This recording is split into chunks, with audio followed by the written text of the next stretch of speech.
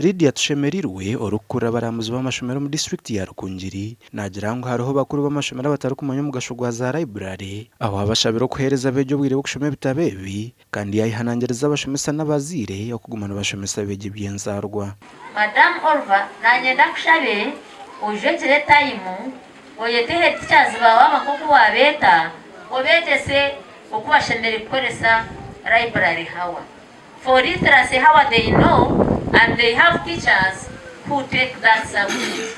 So kwegesa ubuhangwa it is very important. Njoro kwerebera n'empisa zigenzereza zibuka nagukora ibyo buhangwa. Olivia Mugabirwe orukura peering nagira ngo bagerezeho kurwana so butashoma ubwo barukurabira umukombeka za library.